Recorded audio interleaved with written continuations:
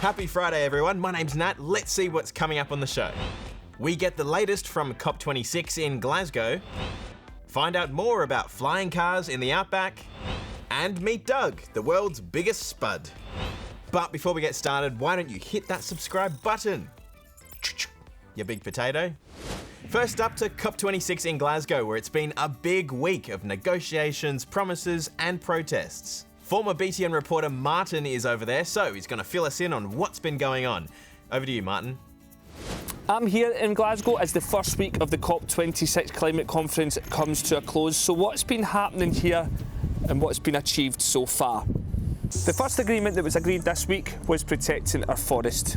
Deforestation is when trees are cut down to make wood or to make space for things like housing and farming. However, this week more than 100 countries pledged to stop and reverse deforestation by the year 2030.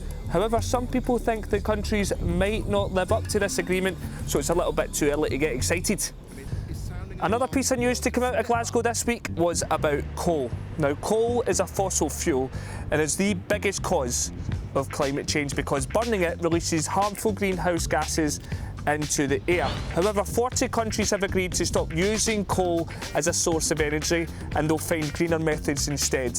However, some of the bigger countries haven't signed up to this agreement, including America, India, China and Australia. And although campaigners are happy with the progress, they say more needs to be done.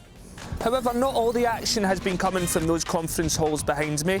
Protests and events have been going on throughout the city, but today it's expected to be the biggest one, as thousands of young people and young protesters take to the streets for the COP26 Youth March. Greta Thunberg will be joining them as they march through the streets to convince politicians here to do more on climate change. A pill designed to treat COVID-19 has just been approved for use in the UK. The company that makes it, Merk, says it can halve the risk of death and hospitalisation from COVID-19. The Australian government has already got some on order, but it hasn't yet been approved for use here. Australia's two most populated states are together again. Oh. The border between Victoria and New South Wales is now fully open for all vaccinated travellers. But it's not such great news for people in Katherine in the NT, which has been put into lockdown after the territory's first ever case of community transmission. Now to some big news from New Zealand. Literally, it's massive. A massive potato, more specifically. Here's Leela. I got the fork and jabbed into it and hoiked it out of the ground and holy snapping turtle teeth. What's going on here? I'm like, what is it? It's a potato. Yeah. And she went, no. I said, yeah, it is. Yeah, it is. And as you can see, it's a pretty big deal. Weighing in at a remarkable 7.9 kilograms. That's equal to a couple of sacks of regular spuds, or a small dog. Holy snapping turtle teeth. The current Guinness World Record for the heaviest potato is a 2011 monster from the UK that weighed in at just under 5 kilograms. Colin and Donna here have applied to Guinness to have Doug, which is what they've named the potato, claim the new world record.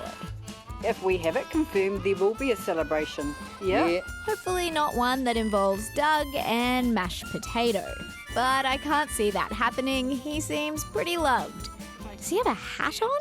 You, Doug, you're too special. Yeah, we'll keep you. He is, he's pretty heavy. Now to some stories that are a bit up in the air. No, that's not a turn of phrase. They're actually up in the air. NASA has just announced its first ever planetary defense test mission. Defense against what? Asteroids. Yep, their plan is to send a special rocket into space and crash it into an asteroid to see if they can change its direction. This is a test. We don't want to be in a situation where an asteroid is headed toward Earth and then have to be testing this kind of capability. This balloon is on an important mission 15 k's above the Earth's surface, capturing carbon emissions. Carbon capture has been in the news a lot lately, and it's a famously difficult task to pull off. But these folks in Israel reckon they're onto a winner. And finally, is this the future of racing? Flying cars in the South Australian desert have just completed a 400-metre test race, where they reached speeds of up to 150 k's an hour. Well, that's all the news we've got for you today. In the meantime, don't forget you can always hit subscribe. Have a great weekend. We'll see you on Monday. Bye.